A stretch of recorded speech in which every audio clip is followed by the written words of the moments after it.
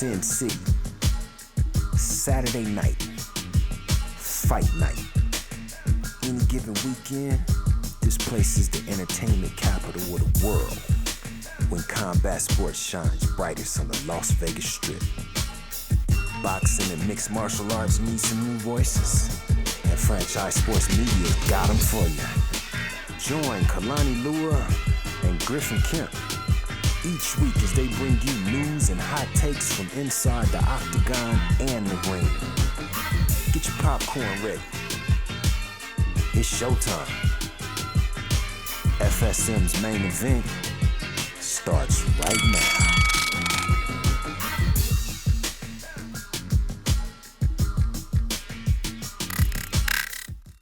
What's going on, fight fans? Thank you guys for tuning in to another episode of the main event right here on Franchise Sports Media. I'm Kalani Lua. I am Griff and Kemp. Man, oh man, Griff. We got a lot to dive into, brother. Brother, they didn't wait a minute in 2023. We are going off the rails right now. It is a new year, new beginning, and the UFC said, we're going to keep this train rolling, buddy. We just found out very recently, UFC 285, March 4th, Cyril Gane will be taking on Jon Bones Jones. Jon Jones. Who? Jon Jones. Who? The man, the myth, the legend, the GOAT. Jon Bones Jones returns to the octagon. Last time we saw him, Griff, was February of 2020. Last time we saw him. It was too long. That's how long it's been. 3 years it would have been since Jon Bones Jones last stepped into the cage, but he returns. Apparently he's on a new 8-5 contract with the UFC as well, but he returns and he will be taking on Cyril Gane, one of the scariest, most well-rounded strikers in the UFC, for the vacant UFC Heavyweight Championship. Why is it vacant? Griff, we're going to get into that in a minute. We're going to get into that in just a minute. Lots of news. Jones versus Gane. What was your initial reaction when you heard the news?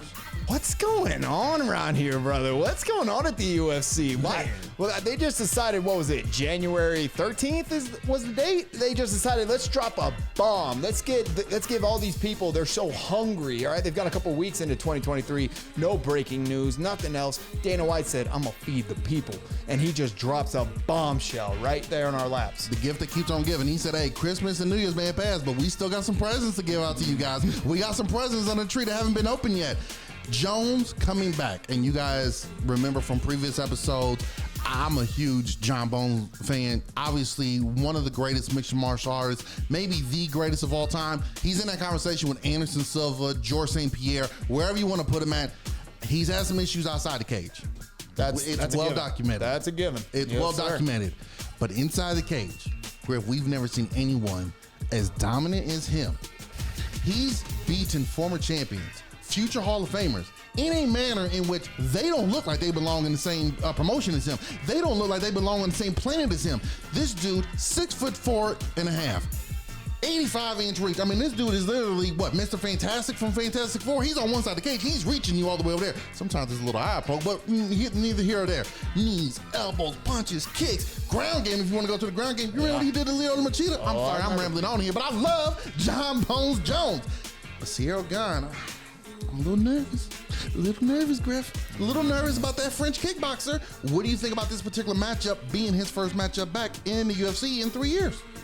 This is a fight where anyone who's a fan of the UFC, a fan of MMA in general, they have been, the return of Jon Jones has been anticipated. It is just, everyone was waiting. Everyone was waiting. Who's it gonna be? It's gotta be Francis. Has to be Francis. He's coming up to heavyweight. He's trying to make a big splash. Jon Jones doesn't come up to a whole new weight class to fight the 9th ranked fighter. No. He comes up with a name, Bones Jones, and he's coming up to make a statement, to come for belts, for glory. And he's coming up, and people automatically assume it has to be Francis. Francis has the belt. But then the news drops right alongside this video where Jon Jones is talking about, I'm going to fight Cyril Gane for the belt. And then the news drops. Also, Francis Ngannou, not a thing anymore. He's out of the UFC. Dana White, all of them, they don't care about him anymore. It was shocking. It was weird. But the thing is this fight more dangerous? Is this fight more dangerous for Jones? I mean, Francis and Cyril Gane already got met in the cage. They already met. And what happened? Francis won. Francis won in a way where people didn't think he could win. He wrestled him. He wrestled him. He manhandled him on the mat. All right, so now we got Cyril Gane, who's known as just this fluid striker. He strikes like he's a lightweight. He doesn't move like a He's very heavyweight. fast, very light on the feet, very, a lot of power. Is he big? Is it fair? Am I He's a overstepping? big Am I calling him dude. a big man? He's a big dude. A lot of French pastries coming from there. Not in a bad way, like I've experienced over the years, but in a very good way. This dude right here has not missed a day in the gym whatsoever. He's big. He's big as hell. And I'm telling you right now, I fear for Jon Jones in this fight. Because Jon Jones, yeah, he had his way with those 205 pounders, all right? He had his way with the light heavyweights.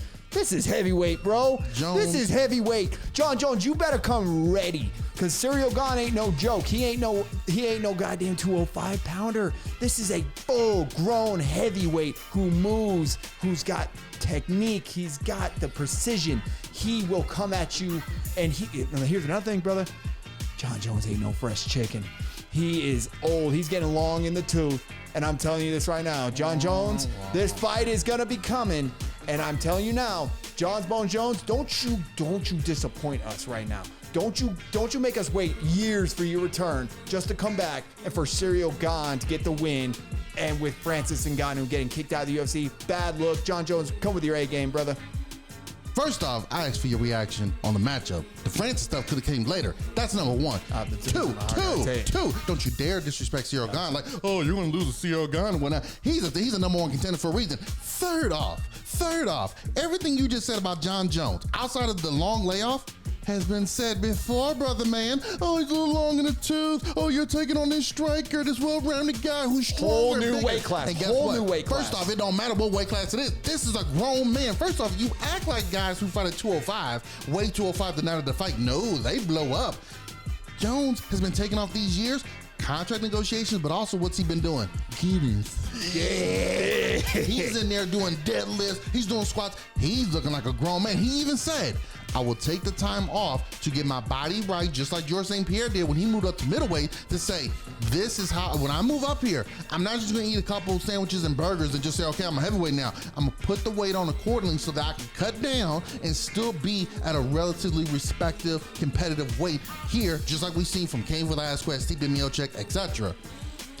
It is a very tough matchup because of what Cyril Gane presents in the striking department. Yes. But we've seen Jon Jones take on other top-level strikers, whether it was knockout artists such as Quentin Rampage Jackson, well-rounded boxers such as Glover Teixeira, karate experts who like to use kicks and punches and all sorts of strategies like Shogun Rua or Lyoto Machida. They all face the same results right there when Jon Jones steps in the ring. And Griff, you know this. Those lights are a little brighter. The stage is a little bit bigger. The crowd is a little bit louder. You're standing across from one of the greatest of all time. Now, granted, you're in there for the second time for the title. When you took on Francis Ngannou, Cyril Gane, he presented a game plan that nobody was expecting. That he goes in there and wrestles you. He looked like Khabib Ngannou for a little bit, right? So he goes in there and does that. Okay, catches you off guard. That's his first time. Second time around, you make the adjustments. You realize that wrestling is in Jones' background, but he's also been away, work on his striking, work on his strength and conditioning with Henry Cejudo down in Arizona. He's left Greg Jackson's gym in New Mexico. Now he's in Arizona working out. Yes, the rust factor might be an issue, and we have seen that before from Jon Jones when he came back and took on Ovin St. Preux. Not the best performance. But to be honest, I don't know if Ovin St. Preux was the guy to get Jon Jones hyped up for this. Again, it's a new weight class. It's a chance for him to become the champ. And he's taking on somebody who everyone knows doesn't need a whole lot of wiggle room to shut your lights out. I think when you look at now, Ovin St. Preux, OSP, he's no slouch either, but there's levels to this. And I think Cyril Gane is on a level that presents a little bit more urgency from Jon Jones than maybe OSP did. So I'm looking for Jon Jones to come out, maybe the first round, run and have look a little rusty, but I'm expecting him to come out there and really bring a whole new level to his game and a whole new package that we haven't seen from him yet. I'm excited. This is going to be a fantastic matchup between two of the best heavyweights. Well, one of the best heavyweights, Jones, one of the best fighters. He hasn't made heavyweight debut yet, so technically he's not a heavyweight. It's gonna be fun. I'm glad you mentioned that because here's the thing, and the reason I bring up Francis, the reason I'm harping on Jon Jones so badly, because what you have now, it wasn't just the fact that this fight got announced. The thing is, the fact that Francis Ngannou has officially left the UFC without a loss. He didn't lose and the UFC decided you aren't good enough, so we're going to kick you out. No, it was a contract fight. It was an issue of Francis Ngannou wanted to go off and do other things. He wants to box Tyson Fury. He wants to do different ventures, but his contract restricted him. And then you have Dana White, which we all know. Dana, I'm a fan, brother. I mean, you have some questionable things. But you got Dana White coming out here saying Francis just wants to fight the little guys. He doesn't want to fight big names and stuff like that. Talking mess on this man's name. When we're going to get to Jon Jones and Gane? I'm getting there, brother. I'm getting there. I'm getting there. What I'm saying is, listen, around here. Listen. What I'm saying is this. Jon Jones, you have this big layoff. You make the people wait. You're making the people wait. Now you finally return. Good on you. You finally came back. Here's the problem, though. If you beat Cyril Gane, if you're Jon Jones, I'm talking to you as if you're Bone Jones himself. You beat Jon Jones. You beat him, or you beat Cyril Gane. That's great. But you know what the people are going to say? The people are going to say, you won lucky. You got lucky. The guy who was going to knock your lights out got kicked out before he even had a shot to get in the He didn't get kicked out. It was a mutual agreement to part ways. Look. Money's money. People got to make their money. I can only find who's in front of me. I can't control who is or who isn't in front of me. Guess what? I didn't beat Brock Lesnar either. Ain't my fault he never came back. I didn't beat Daniel Cormier at heavyweight. Ain't my fault he retired. Guess what? I can only fight who's in front of me. And Cyril Gane is very respectable. Hold on now. Cyril Gane ain't no scrub. No, don't ever think I'm saying that. No, but guess what? If y'all don't like me beating Cyril Gane for the heavyweight title, there's a certain former heavyweight champion that said, I like this matchup. I'll be ready in July. It's another former guy who, guess what, doesn't get a lot of respect, doesn't get a lot of credit. He actually has the record for most title defenses. Stipe Miocic. Ooh, Stipe. Stipe put out there and said, hey, I like this matchup. I'll be ready for the winner in July. So if Jon Jones does win and beat Cyril Gane, and that's not enough for the naysayers, I got the former heavyweight GOAT right there waiting for me in July. International Fight Week. I got him. So guess what? If Cyril Gane in one fight isn't enough, I got Stipe coming up next. Then what are you going to say? Because it's not my fault if the UFC can't keep a fighter on the roster. And it's not like he decided to just pack up his bags and go because he didn't want to fight me. I understand this is a world of entertainment. As long as Dana White and the heads of the UFC, they can put out entertaining cards, that's the number one priority. But here's the thing. People see this sport and they don't see an entertainment company. They don't see Hollywood. They don't see a movie theater.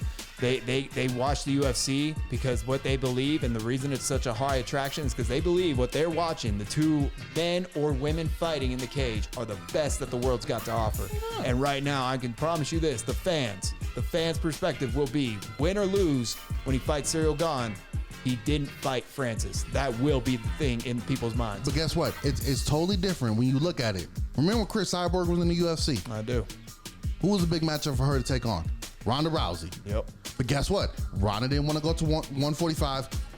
Cyborg tried to cut down to 135. She even tried to fight at 140. That documentary of her almost dying, cutting weight, crying while she's cutting to 140. Now you want me to cut down 5 more pounds? Naturally, I just can't get that big. That's like asking Brock Lesnar, hey Brock, you got to cut to 205. I don't think Brock's been 205 since he was a junior in high school, maybe even sooner. So, but she never got that fight. It didn't take away from Chris Cyborg's accomplishments. Yeah, the what-if factor is always out there. What if factor? But guess what? Just like with Anderson Silva and GSP, we never got that matchup. Doesn't mean that neither one of them are on the Mount Rushmore of MMA. Doesn't mean neither one of them is considered the GOAT. It's an unfortunate incident that we could not get that particular matchup, just like we may not get Jones and Ngannou. But fans also realize contracts, guys on the roster. It'd be different if Francis was in the UFC and then just left. But now that he's not even with the UFC, we're about to get into that. The fact that he's not even with the UFC, yes, it's going to be a big what if. That's not going to be a knock on him, though, because guess what? You can only fight who's there. You can only fight who's there. It won't be a knock, but it will. The what if factor is actually very powerful when it comes to the people. The people, the fans, the people who push the money into this company. The reason the company's here. Dana White helped to get to here. People who are in charge of the UFC got to here. The fans, the people paying their money. They go to work every day. They pay their money to watch these fights. That's why the UFC's where it's at. And right now, the I just people gave you 2 watching, examples of what ifs that didn't happen, and the UFC still thrives. And that's the thing. The what if factor may be a good thing or a bad thing. For GSP and Silva, it was kind of a good thing because now one doesn't take away from the other. You don't look at GSP and Silva and think, oh, GSP got his number or Silva beat him. Like, why is he on the Mount Rushmore? No, those two never collided. So now they can stay with their entire careers, what they did beforehand, and that gets to show into the light. And people Same thing with Jones. Same thing with Jones. Same thing with Ngannou. But it's different with Jones. Jones is moving up an entire weight division, not just moving up a whole weight class where you're going from 155 to 170. I'm talking 205 to guys like 260. I mean, that's a big jump. It's a major jump. And it's just this. And GSP did move up to middleweight to win the title. Remember that? He did. He didn't move up. And guess what? He didn't move up when Anderson Silva was there. Yet today, that narrative is not very high on the list. What is high on the list is he was a champion. He's a 2-division champion. He's one of the greatest of all time. It's Georges St. Pierre. It's Anderson Silva. It's the greatest of all time. It's that particular narrative. Yeah, in the short term, it might be a what if, but again, if you're not there, I can't fight you. And the reason one of them isn't there, as you alluded to, Francis, after he beat Cyril Gane last year, had the knee surgery. Yeah. Basically had his knees tore up from the floor up. So he had to get knee surgery. In the meantime, he did want to get a new contract, wanted to be paid accordingly. He had a role in the Fast 9 movie, which is, next to Tokyo Drift, the weakest of the entire film franchise. The whole series is weak. Let's be real. What? This ain't a Fast Five show. We talk MMA. Let's not direct this conversation like this. In here, if you disrespect family, okay? Woosah. I ain't got problems. I'm gonna let it go. I don't got student dead. I got family. Exactly. But nonetheless, well, it's become sad that that's all he says in these movies now. But anyway, let's stay on topic. So while Francis was away, he had a role in that. There was a him versus Tyson Fury boxing match that was out there. He even got out of the ring with Tyson Fury. There's other options for him out there, which your boy Conor McGregor started. Like, hey, there's money to be made outside the UFC. Ronda Rousey has shown it. Brock Lesnar has shown it. Ronda Rousey has shown it. Others have all shown as well. You can make major money outside the UFC. Francis wanted to do so. Dana White claims that they offered him a contract that would have made him the highest paid heavyweight of all time, surpassing Brock Lesnar. Yeah. Francis, for whatever reason, said no, thank you. Now, could that be because Francis has something on the horizon? Could he have something set up for later this year that they're going to announce? Possibly. Tyson. Possibly. It's gotta be Tyson. You would think it's got to be Tyson Fury? Absolutely. You would think so? Deontay Wilder? Ooh. Two of the scariest punches out there in the world. Let's just call his options are boxing. Well, he definitely has said that's probably what it might be. He definitely says that he wants to do boxing. That he does not want to end his combat sports career without having boxing matches. Remember, when he first got into combat sports, when he migrated from Cameroon to France and all the trouble that caused, he trained for boxing. Yeah, he was training for boxing, so he's always wanted to box. I also think, of the fact that, okay, he wants to get in some boxing matches here. Here's what I'm a bit confused on, and maybe the pandemic stopped it. The UFC and Dana White were trying to do Zuffa boxing. Mm-hmm. I'm surprised that in all these years that Dana White hasn't announced Zuffa boxing is a thing, and I'm gonna have boxing matches with Conor McGregor, Max Holloway, Nate Diaz. Oh, and guess what? Francis Ngannou. I'm gonna have some of my guys who want to do boxing. We see Bellator has Bellator MMA and Bellator kickboxing, and they've done joint shows before. Yeah. Half the card is kickboxing matches, half of it is MMA matches. I'm surprised we haven't seen that from the UFC. Maybe down the road we will. But Francis is gone. Francis is gone. For now. Never say never. Remember, Brock Lesnar came back. He did come back. He did come back. So you never know. Francis might come back. I would love to see what happens with that. But right now, we got Jones versus Gane. And that is going to be an amazing one. But guess what? What? Santa White or Dana Claus? Dana Claus. That sounds way better than the other one. That's a cold ass. Guess what? Dana Claus was not done. No. He also said, hey, guess what? There's more in London, across the pond. Yes, come on. Kamaru Usman gets a chance to redeem himself. The trilogy is set. Usman, Leon Edwards for the UFC welterweight championship in London. It is going down on his home soil this time. Fantastic fight right there. Edwards, Usman 3. Thoughts? I took some time. All right. Yesterday's big news drop made me kind of reflect on myself as a fan, and I had to watch that fight back. I watched the Usman versus Edwards 2 fight, and I have to say this from the bottom of my heart. I mean this. That was the coldest fight I've ever seen in my life. All right, there's bigger fights. I'm a Conor fan. There's great Conor There's great Conor fights that are iconic. There's great Dustin Poirier fights that are iconic. There's Ronda Rousey fights that are iconic.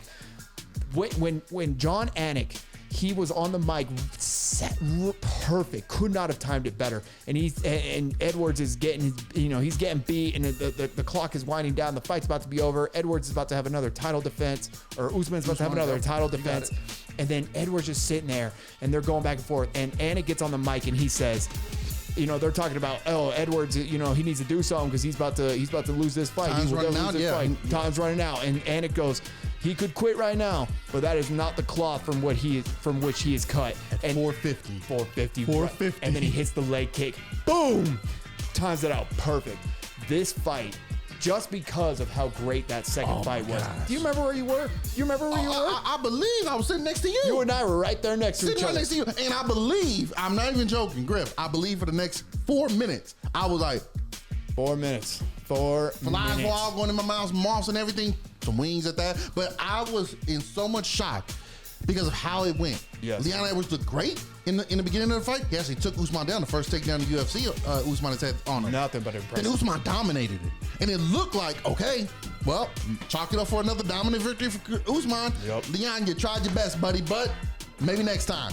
And as you've pointed out several times, that Rocky motivational speech in the cage. You gotta go out there, champ. He's beating you. You gotta get this out of the fire. Yeah, there you look. It wasn't the same, but it reminded me of that Teddy Atlas speech that he gave to Timothy Bradley when he said, we're firemen. Everyone runs away from the fire. Firemen don't. We want the fire. We embrace it. We run into the middle. And Bradley went out there and did the same thing. It reminded me of that, and it was just so exciting. Like you said, maybe the fight in total leading up to the knockout wasn't the most spectacular. It had its moments. That finish is one of the most iconic ones you've ever seen. To see Usman, who's never been dropped or never knocked out, finish that way. And for Leon to know that no matter what, up until the bell rings, I have a fighting chance. Now he gets to go back home and defend it in front of his family, in front of his friends. All that he went through to get the title, 10 plus fights win streak in the UFC. No one thought he was marketable. Nobody thought he deserved the title. Boring fighter. They laughed at him when he fought Nate, and Nate got that little shot at the end. They laughed at him. He dominates 4.5 rounds, but Nate slaps him one time and points at him, and well, Nate Diaz should have won the fight. Get out of here with that nonsense.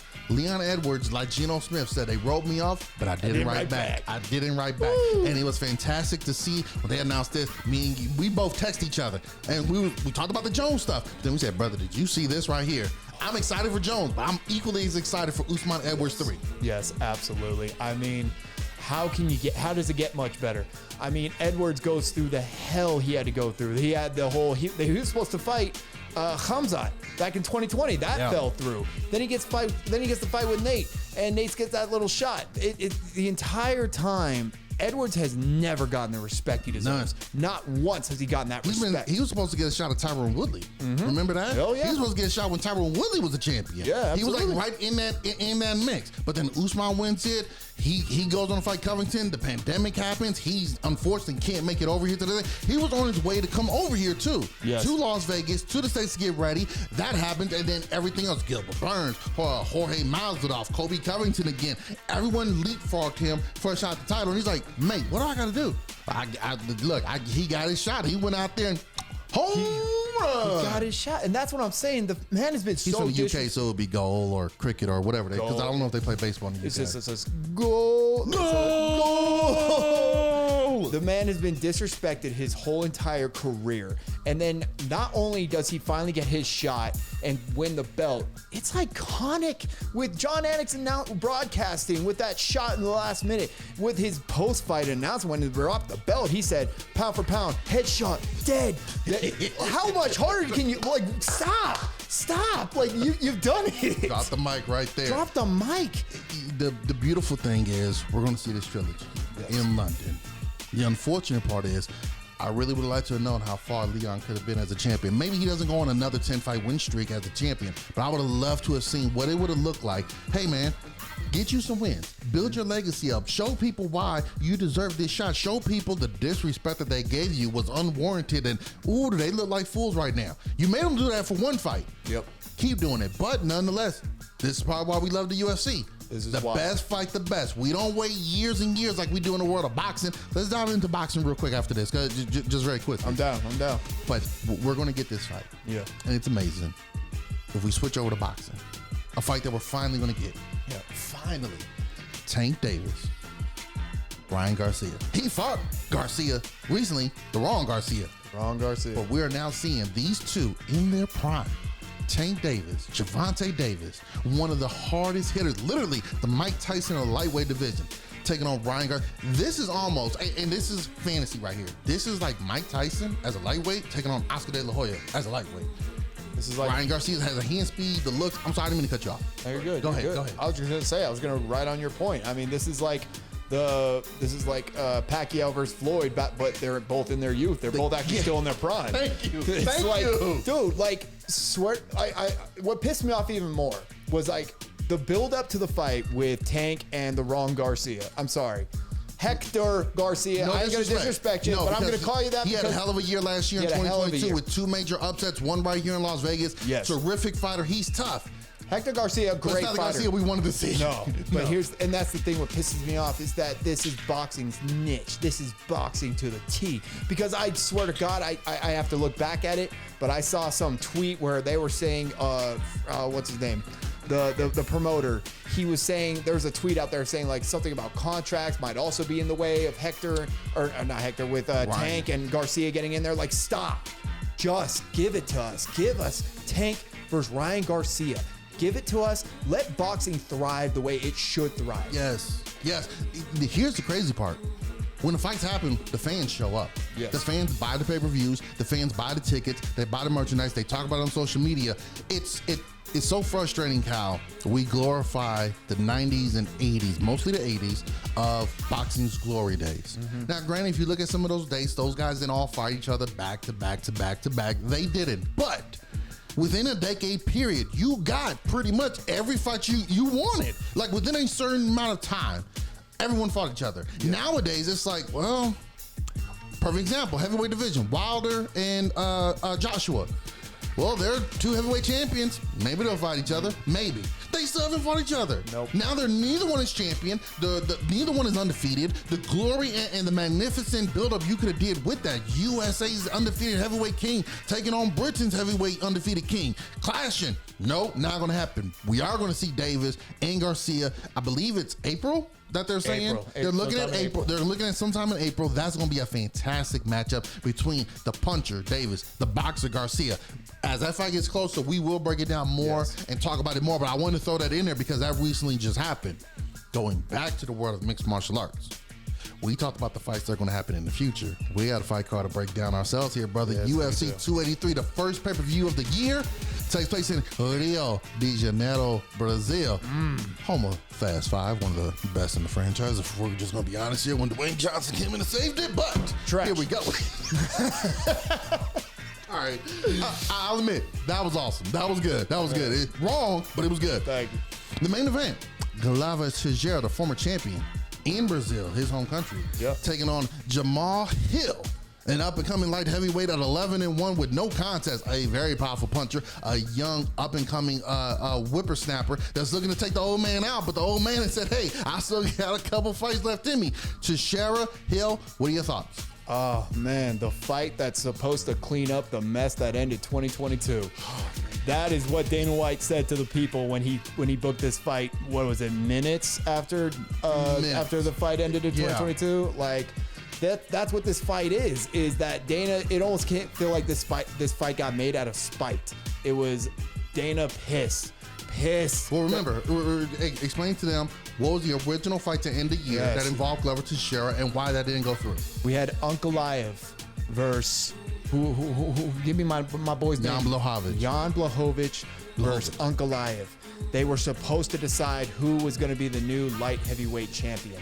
And after 5 rounds, and don't ever get this mixed up, that was a great fight. That was a beautiful fight. It was. It wasn't the most entertaining, but it was competitive. Entertaining? What are you talking about? I'm talking about the fact that it wasn't necessarily a slobber knocker, or it wasn't one of those classic battles that we've seen that goes to 5 rounds. It was a very good fight. And I don't want this show to be like where we're disrespecting fighters or how they fight, but it was a performance from both sides where Dana said neither one of these guys deserve to be the champion. Someone should have stepped up in that moment. When you are fighting for gold, you got to bring the best out of yourself. Exactly. The fight has to be finished. A champion has to be crowned. But the problem is, when I was watching that fight, what I loved about it. Fell asleep. I was wide awake. I was on the edge of my seat. You sure? I was, because I'm watching this fight. You take energy drink in round 3? I'm always on that energy drink. I'm just saying though. Boy. But this is one of those fights where you had a fight where one man was leading in the complete beginning, and then the other fighter, he takes over midway through, and he does it in a way where nobody saw it coming. This man was. You wake up, you listen to me. You listen to these words, all right? Yeah, go. Uncle Ive is a striker, right? Uncle Ive came into that fight as a striker, and it turned out he went back to his Dagestani roots, and he went to the grappling, and all of a sudden he starts winning that fight. And people at the end of that fight, everyone was thinking, oh, Uncle Ive's he's going to be the new champion.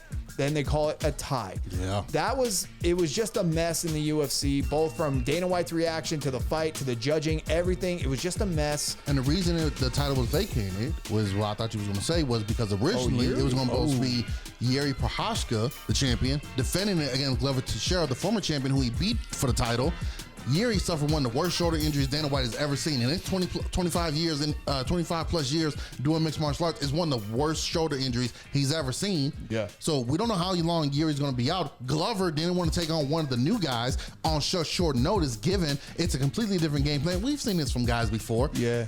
But that particular matchup didn't go through. Glover turns right around. Jamahal Hill steps up, takes his place. It's going to be a fantastic showing between. It's one of those classic matchups. The old Western gunslinger taking on the young up and comer, the quick and the dead. When Gene Hackman took on Leonardo DiCaprio, I don't think Jamahal Hill is going to be his son in a plot twist here. But right. And there's no Sharon Stone either, which is very unfortunate. I'm sorry, stay on track. But we are going to get that particular matchup for the title. But Griff.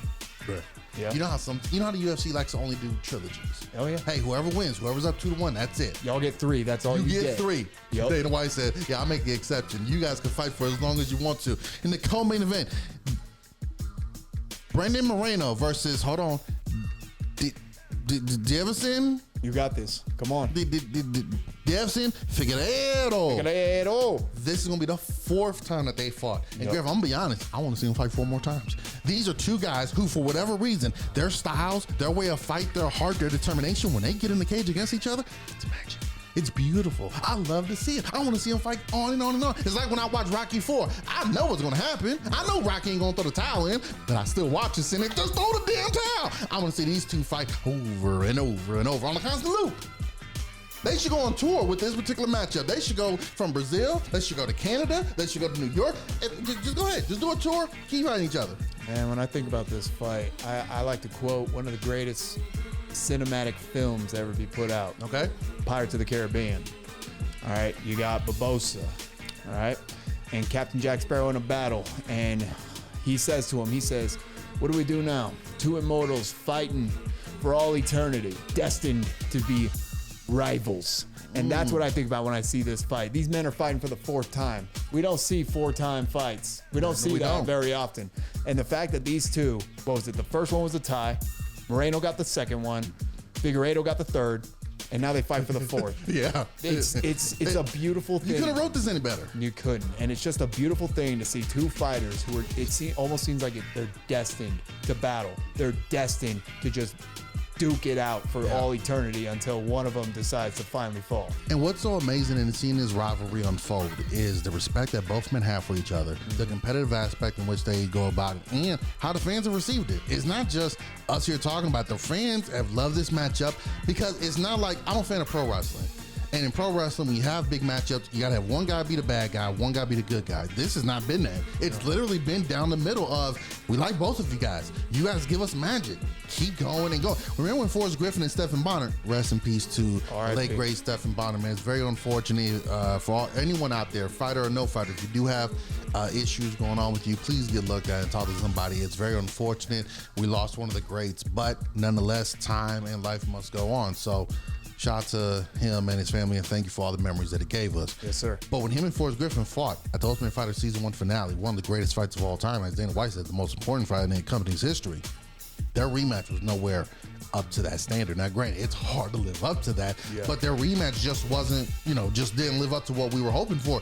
This has lived up to it 3 previous times. Yes. I don't know if the 4th one is going to be any different. I hope not. But again, I want to see these guys fight over and over again. When they do fight, to quote Pirates of the Caribbean again, where's the rum? Where's the rum? Where's the rum? Where's the I can't rum? believe you said that's one of the greatest. Hey, the Pirates. Hey, Pirates, Transformers, Michael Bay, Shia LaBeouf. Greatest films ever. Way better than Phase 5. Wait, hold on. Phase 6. Hold on.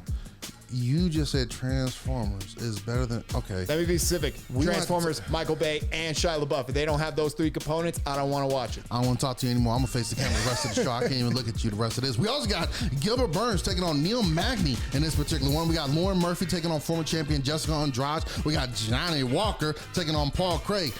UFC 283 in Brazil. It is going to be a fantastic card. Yes. 2 titles are on the line.